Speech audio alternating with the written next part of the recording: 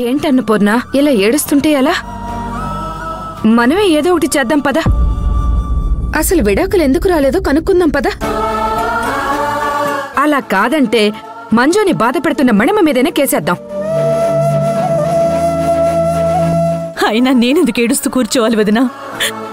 మధ్యలో వచ్చిందని మధ్యలో వదిలేయక మోస్తూ కూర్చుంటే ఇలాగే ఉంటాయి జీవితాలు. మంజు నన్ను గెంటేసిందని బాధపడట్లేదు, ఎందుకంటే అది నా కూతురు. ఈ చేతులతో అల్లారు ముద్దుగా పెంచుకున్నాను. అదేమన్నా నేను భరిస్తాను, కానీ నేను దాన్ని వదిలేయను. అందరూ కలిసి దాని జీవితం నాశనం చేస్తుంటే అది గమనించకపోయినా నా భర్త మంచివాడు, ఆ సిరి అమాయకురాలంటూ పిచ్చి మాటలు మాట్లాడుతుంది. అయినా ఎవరి గురించో మేవెందుకు బాధపడాలి? అదెవరో వచ్చిందని దాని జీవితం కోసం చూసుకుంటూ కూర్చుంటే ఇంకోవైపు నా కూతురు జీవితం నాశనం అవుతుంది. ముందు దాన్ని ఇంట్లో నుంచి బయటికి గెంటేస్తే కాని ఈ సమస్యలన్నిటికీ పరిష్కారం దొరకదు. అయ్యో పాపం, అమ్మాయిని బాధ పెట్టడం ఎందుకు అన్నపూర్ణ? ఇలా ఆలోచించే కదా ఇంత దూరం తెచ్చుకున్నారు. దాన్నెలా బయటికి గెంటయ్యాలో నాకు బాగా తెలుసు. ఏంటన్నపూర్ణ, ఇప్పుడు ఇంటికెళ్ళి తనని గెంటేస్తావా? ఇప్పుడు జరిగింది చాలదు. ఆ మణమ్మ తెలివిగా మన మంజుతోనే మనల్ని ఇంట్లో నుంచి బయటికి గెంటేపిచ్చింది. ఇక ఏ మొహం పెట్టుకుని అక్కడికి వెళ్తాము? అన్నపూర్ణ, ఆ ఇంటికి వెళ్ళొద్దు. ఇప్పుడు నువ్వు నాతో వస్తున్నావా లేదా? సరే పద.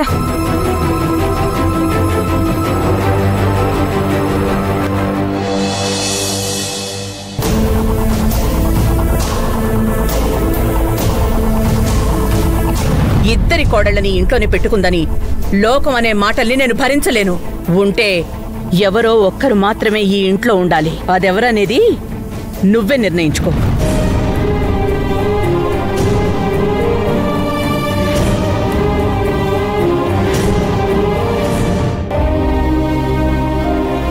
సత్య గారు, మీరు డల్గా ఉండడానికి కారణమేంటో నేను ఊహించగలను. ఏమై ఉంటుందనుకుంటున్నావు మంజు?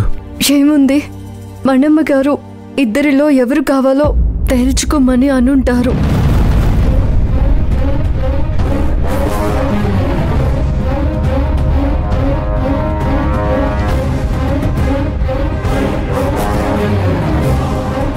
అలా ఎలా చెప్పావు మంజు?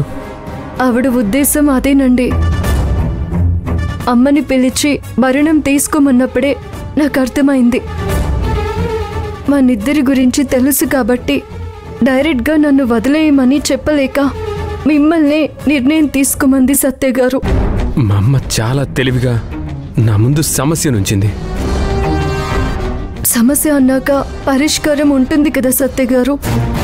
అవును, ఉంటుంది. దీనికి కూడా ఉంది. ఏం చేయబోతున్నారు సత్య గారు? చేసేదే ఉంది. డైరెక్ట్గా వెళ్ళి సిరికి నిజం చెప్పేయడమే.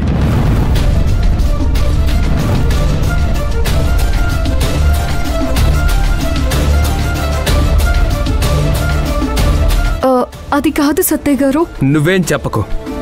ఇన్ని రోజులు మన జీవితాలతో మనమే ఆడుకున్నాం. తన జీవితం కోసం ఆలోచిస్తూ చివరికి మన జీవితాలనే ప్రశ్నార్థకంగా చేసుకున్నాం. ఇకపై నన్ను ఆపద్దు మంజు. అయినా మనమేం తప్పు చేశామని భయపడ్డానికి? తన కోసమే కదా ఇన్ని బాధలు పడ్డాం. తన మంచి గురించే కదా ఇంత చేశాం. అలాంటిది నిజం తెలిసిన తర్వాత మన గురించి తను ఒక్కసారి కూడా ఆలోచించిందా? అలా ఆలోచించినప్పుడు ఇదంతా చేసి కూడా వేస్ట్. ఇక ఉపేక్షించి లాభం లేదు. నేను వెళ్ళి సిరికి నిజం చెప్పేస్తాను మంజు. సత్య గారు,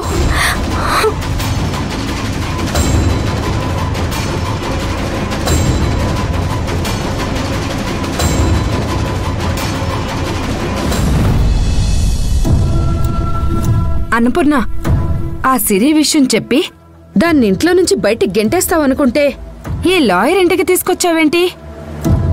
కొంపతీసి ఆ విషయంలో కూడా కేసు పెట్టమంటావా? అన్నిటికీ కేసు పెట్టాల్సిన పని లేదు వదినా. మీరండి చెప్తాను.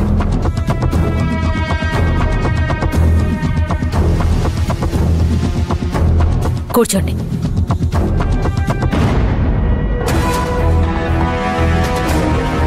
ఏంటలా ఉన్నారు? ఏమైంది? ఏం జరగకూడదు అదే జరిగింది.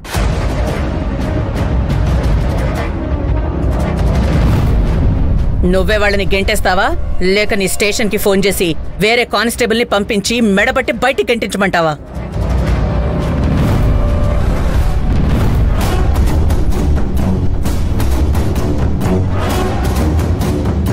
ఇంత జరుగుతూ ఉంటే సత్యగాని మంజుగాని నాకేం చెప్పలేదు.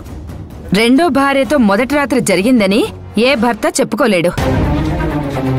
సవతికి సంబరాలు జరుగుతుంటే ఏ సతీమణి బయట పెట్టుకోలేదు. అందుకే ఇద్దరు మౌనంగా మింగలేక కక్కలేక అలా ఉండిపోయి ఉంటారు. మీరేంటండి అలా మాట్లాడుతున్నారు? విషయం తెలిసిన ఎవరైనా ఇలాగే మాట్లాడతారు. సరే నువ్వు ఊరుకో. తన మాటలు మీరేం పట్టించుకోకండి. నాకొక సహాయం చేయండి చాలు. ఏంటో చెప్పండి. కిరణ్మయ్య గారు, నా కూతురు జీవితం కాపాడటానికి కోర్టులో చాలా ప్రయత్నం చేశారు. ఆ మణిమ్మను ఎదిరించి మరీ నా బిడ్డకు న్యాయం చేయాలనుకున్నారు. కానీ మంజుకి న్యాయం కోర్టు బయటే చేయగలం. కోర్టు బయట? అవును. ఆ సిరికి నిజం చెప్పి బ్రతిమిలాడదాం. కుదరకపోతే నా కూతురు జీవితం నాశనం చేస్తే ఊరుకోనని బెదిరించాలి మేడం. ఒకవేళ ఆ పని కాకపోతే ఆ ఇంట్లోంచి తరిమి బయటికి గెంటేయాలి. ఇవన్నీ లాయర్ గారికి ఎందుకు చెప్తున్నావు? మీరాగండి వదినా. మా వదిన చెప్పినట్టు అవన్నీ నేనే చేయాలి. నా బలం చాలకపోతే నా బలగాన్ని తీసుకెళ్ళాలి. కానీ ఏ దిక్కు మొక్కు లేదు నాకు. అందుకే మీ దగ్గరికొచ్చాను. మీ బాధ నాకు అర్థమవుతోంది.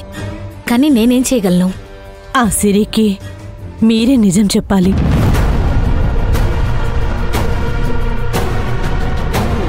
పెళ్ళైన మగాడి జీవితంలోకి ఎందుకొచ్చావని మీరే నిలదీయాలి. వాస్తవానికి ఆ పని కూడా నేనే చేసుకోవాలి. అంతేకాదు, ఆ సిరిని కలవకుండా గుమ్మం దగ్గర అడ్డుగా నా కూతురే నిల్చునుంది. సిరికి ఫోన్ చేస్తే మాట్లాడుతుందని నమ్మకం లేదు. వాళ్ళిద్దరినీ కలవకుండా ఆపుదాము అనుకుంటే వాళ్ళని నేను కలవకుండా నా కూతురే అడ్డొస్తుంది.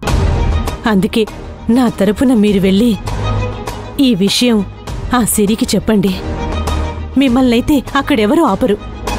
నన్నైతే ఆపరు, అది నిజమే.